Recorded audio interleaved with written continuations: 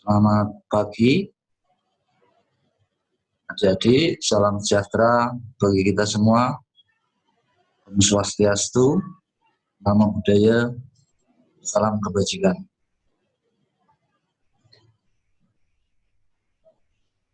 Pertama-tama,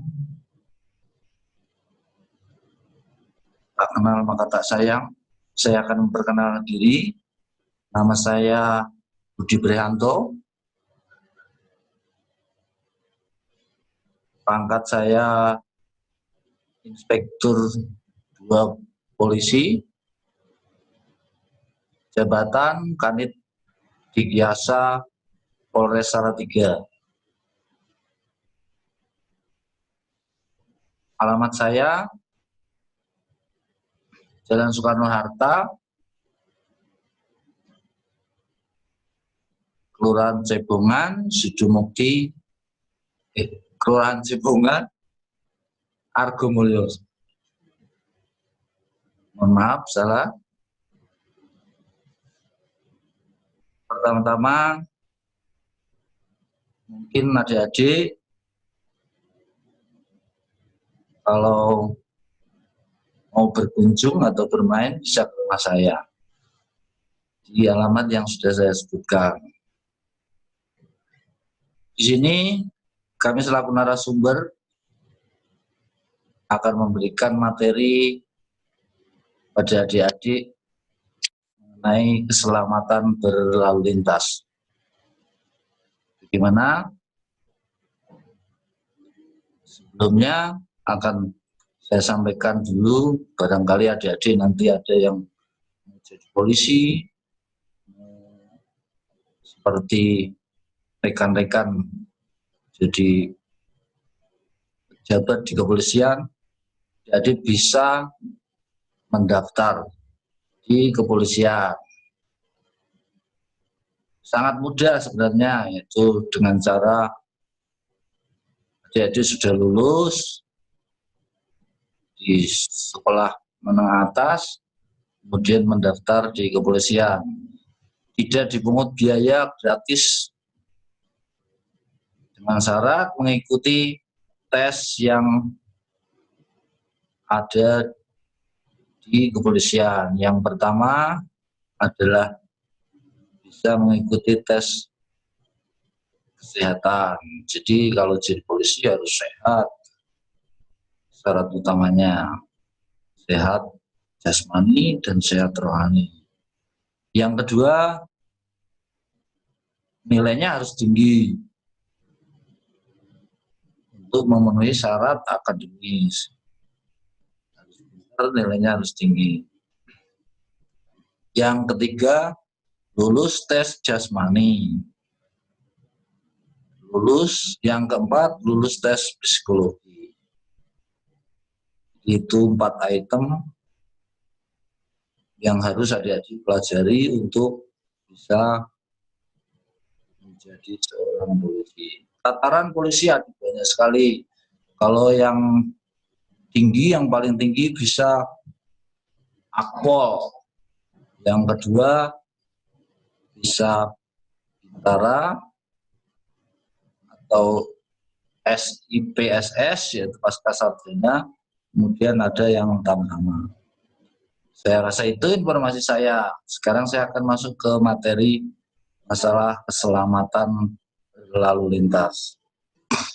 Dasarnya adalah Undang-Undang Republik Indonesia Nomor 22 Tahun 2009 tentang lalu lintas dan angkutan jalan. Nah, seperti ini.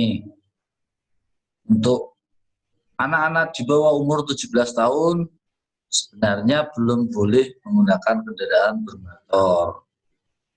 Jadi harus di atas 17 tahun dan mempunyai surat izin mengemudi.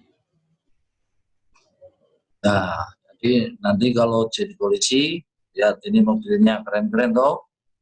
Ini mobil lalu lintas. Ini ngawalnya Pak Presiden, ada ngawal pejabat-pejabat tinggi ini yang di depan sendiri. Nah, ini mobil Sabara ada seperti ini. Ini mengawal besar.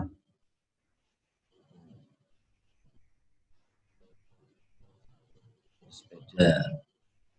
Selanjutnya, keselamatan lalu lintas dan angkutan jalan adalah suatu keadaan terhindarnya setiap orang dari risiko kecelakaan selama berlalu lintas yang disebabkan oleh manusia, kendaraan, jalan, dan lingkungan.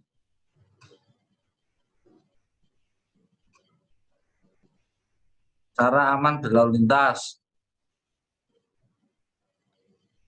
menggunakan helm, yang kemudian dilihat dulu kendaraannya, kelengkapan pribadinya, mungkin surat-suratnya,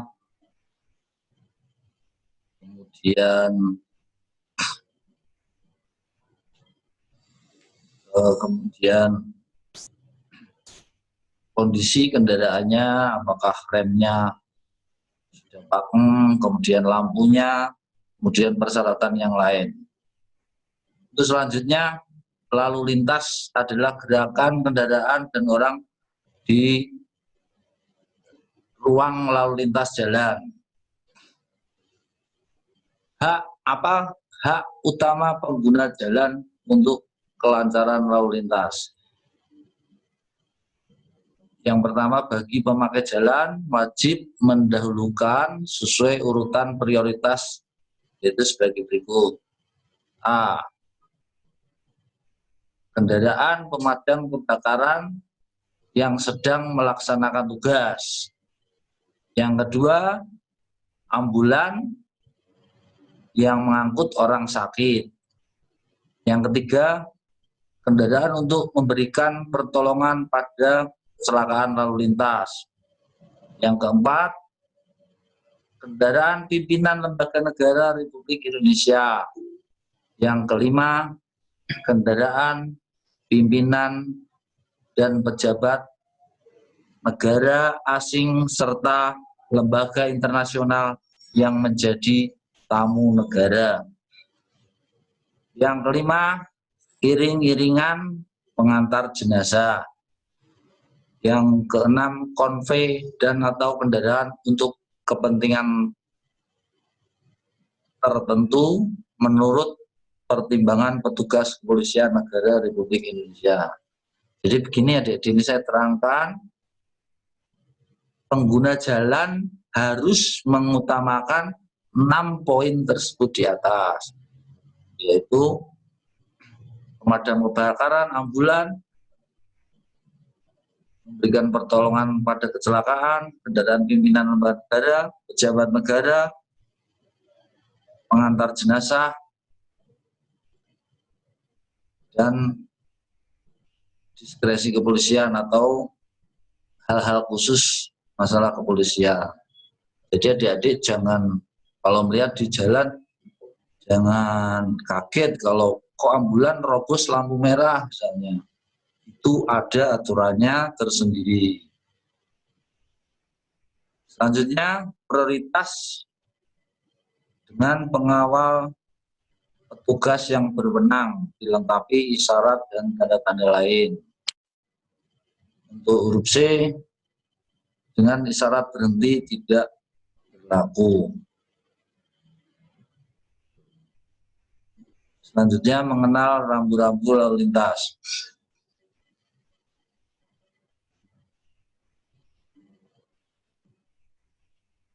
Mengenal rambu-rambu lalu lintas berarti kita ikut mendukung program keselamatan berlalu lintas.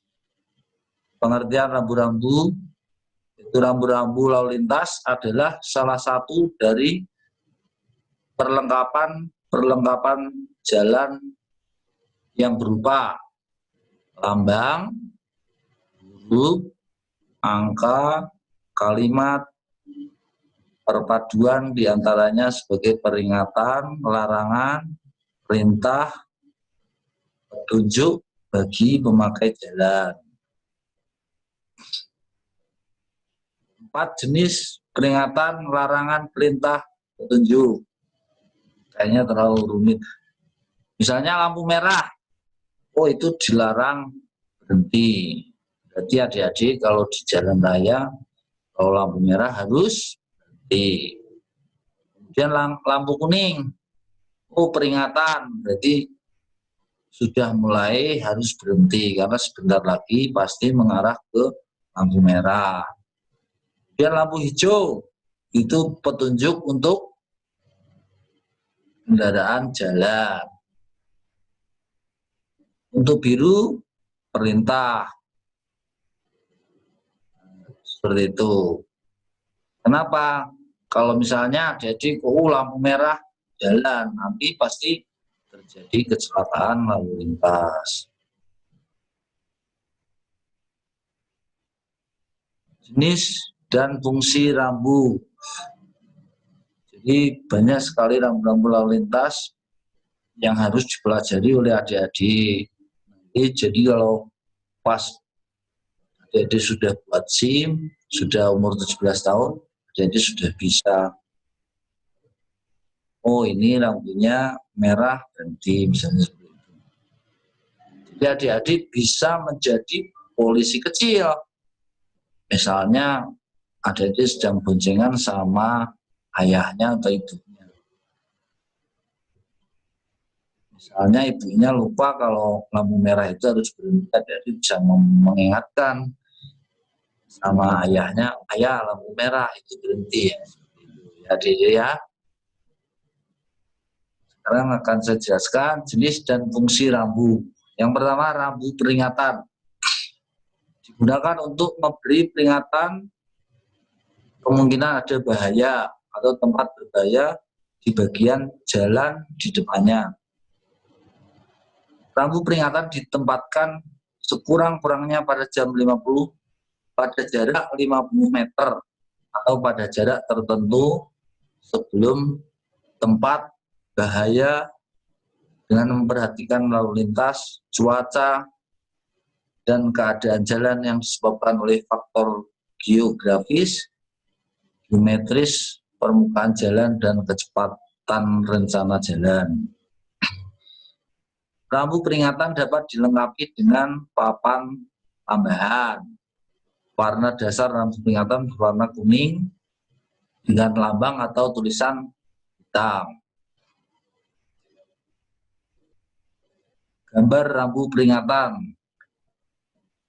Nah, untuk coret atasnya ada titiknya, hati-hati. Kemudian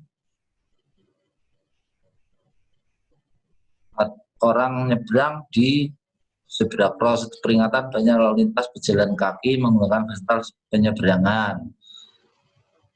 Kemudian ada orang merah sama hijau. Itu bagi pejalan kaki, yaitu peringatan, lampu isyarat, penyeberangan jalan. Jadi adik-adik kalau nyebrang juga melihat lampu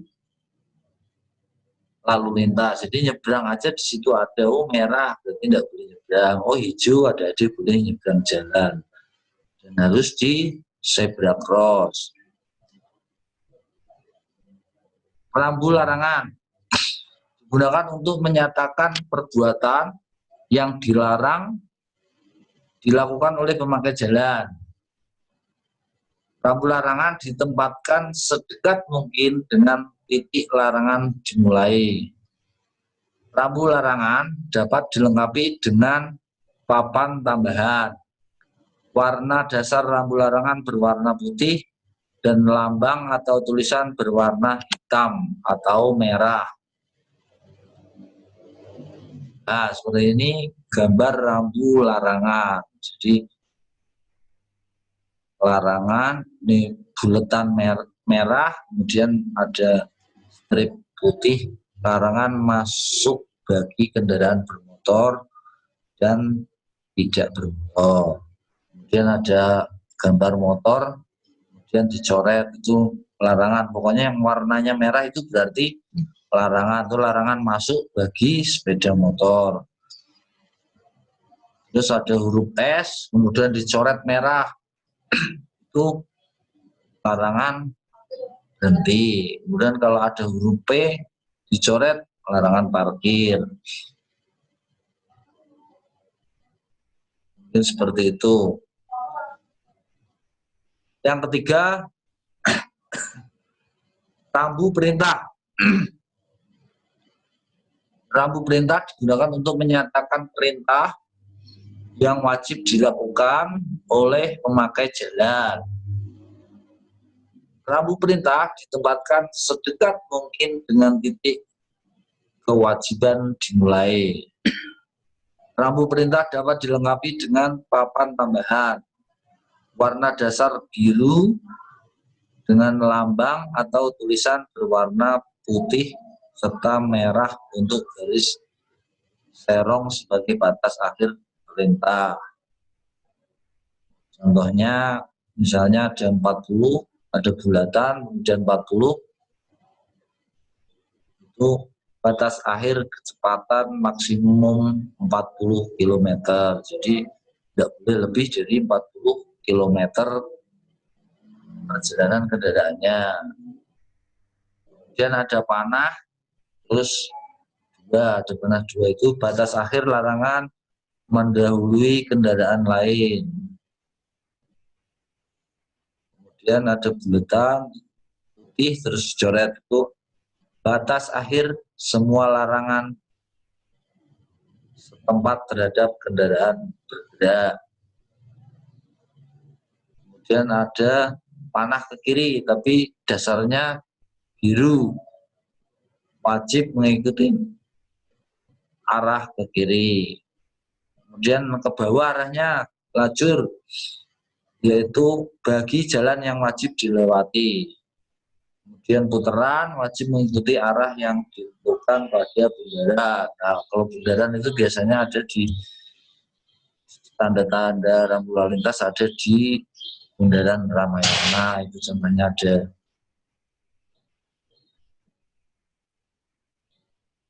Masih rambu perintah, misalnya ada panah ke kiri,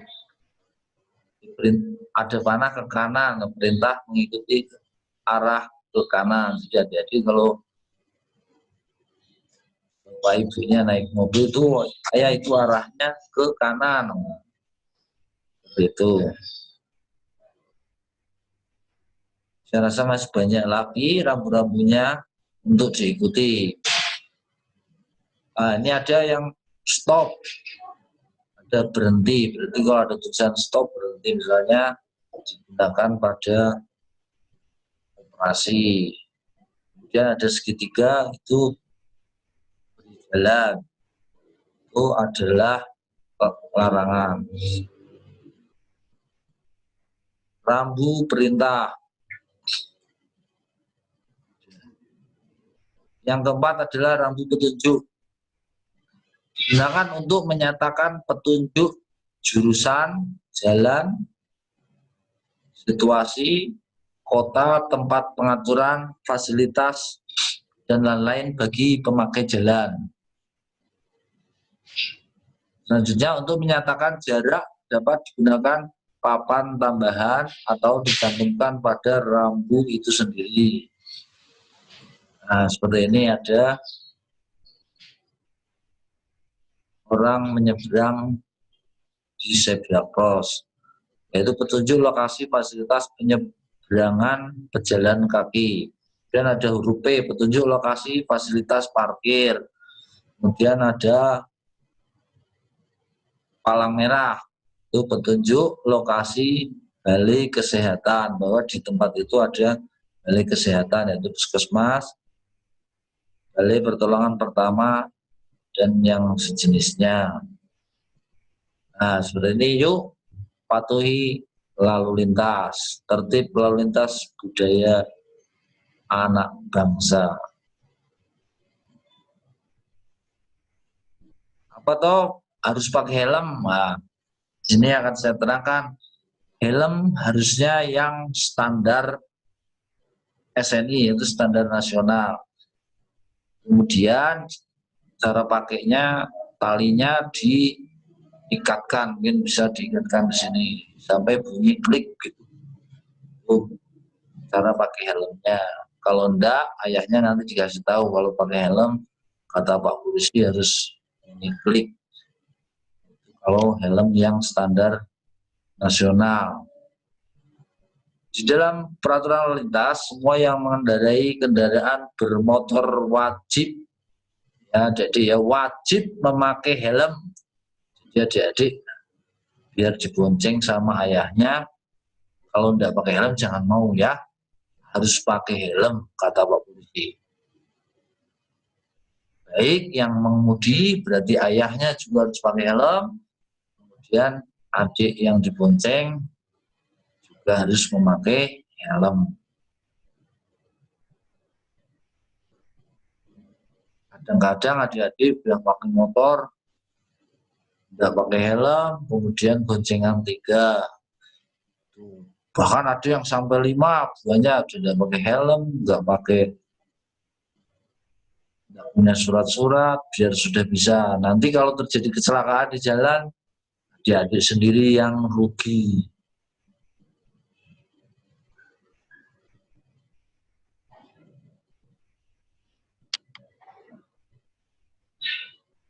Selanjutnya adalah marka jalan. Marka jalan adalah suatu tanda yang berada di permukaan jalan atau di atas permukaan jalan yang meliputi peralatan atau tanda yang membentuk garis membujur garis, melintang, garis, serong, serta lambang yang berfungsi untuk mengarahkan arus lalu lintas dan membatasi daerah kepentingan lalu lintas. Marka lainnya garis, contoh zebra cross. Ya. Apa tuh gunanya zebra cross? Jadi untuk menyeberang, jadi agar menyeberang di zebra cross, itu garis yang menyeberang di jalan itu ada garis. Jalan itu untuk adik-adik kalau jalan menyeberang jalan di tempat zebra cross itu dilindungi undang-undang. Ya adik-adik kalau nyebrang silakan cari yang ada zebra cross-nya. Kemudian paku jalan sebagai pemisah jalur. Kalau adik-adik naik mobil sama ayahnya apa ibunya itu, kalau nyebrang sedikit itu pasti ada gerunjalan, duduk. Itu kalau ayahnya masih jalan terus kasih tahu bahwa itu sudah pemisah jalan antara kanan dengan kiri. Kemudian bentuk lajur khusus sepeda. Di Salatiga sudah banyak sekarang lajur khusus sepeda di jalanan ini, di panjang jalan sudah ada. Itu lajur khusus sepeda, ada gambarnya sepeda-sepeda di pinggir-pinggir jalan. Sedangkan adik-adik kalau pakai sepeda bisa di lajur itu.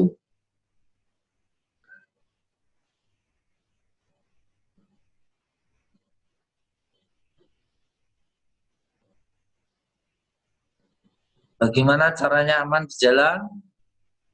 Tips selama berlalu lintas. Yang pertama, adik-adik harus berdoa kepada Tuhan Yang Maha Esa.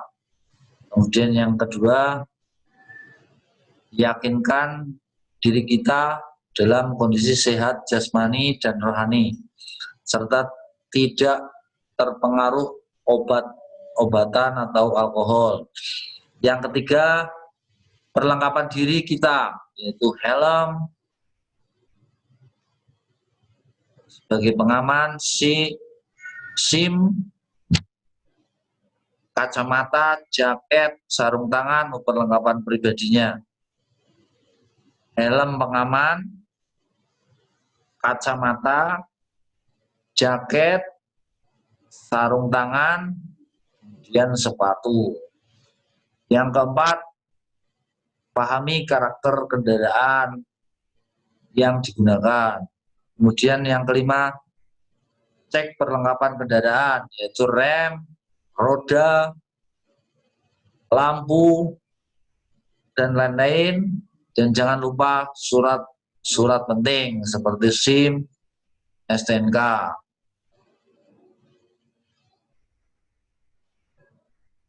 Tip aman sebelum berkendara.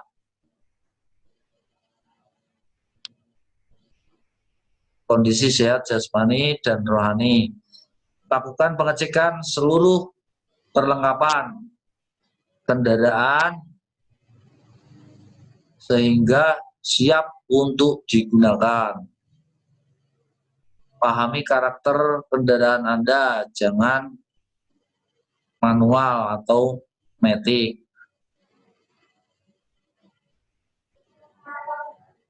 Jangan lupa surat-surat Anda, SIM, STNK.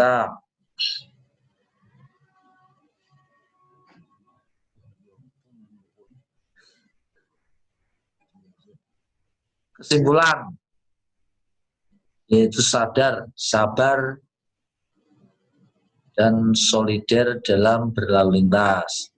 Awas, waspada, dan berhati-hati dalam berlalu lintas. Disiplin, taat pada undang-undang dan aturan lalu lintas. Antri tidak mencerobot, menyalip tanpa perhitungan. Rawat diri dan kendaraan agar tetap layak jalan dan selalu siap pakai. Itu yang dapat kami sampaikan, mudah-mudahan bermanfaat bagi adik-adik semua. Untuk tambahan, karena adik-adik saat ini belum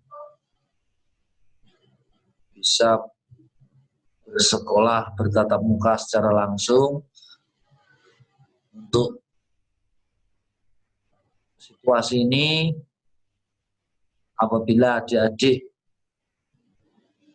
bepergian, silahkan menggunakan masker selalu, karena sekarang dalam situasi new normal, masker menjadi kebutuhan pokok. Jadi adik-adik harus menggunakan masker. Kalau enggak, adik-adik bisa kena sanksi. Yang kedua, selalu cuci tangan agar terhindar dari COVID-19. Cuci tangan menggunakan sabun. Kemudian hand sanitizer, silakan menggunakan hand sanitizer. Selanjutnya, tetap jaga jarak kepada siapa aja. Minimal 1 meter jaraknya dengan rekan-rekan yang lain. Itu bertujuan untuk memutus mata rantai COVID-19. Selanjutnya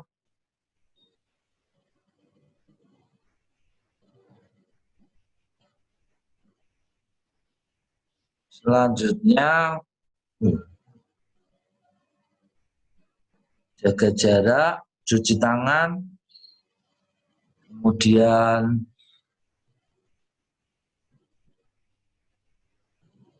menggunakan masker.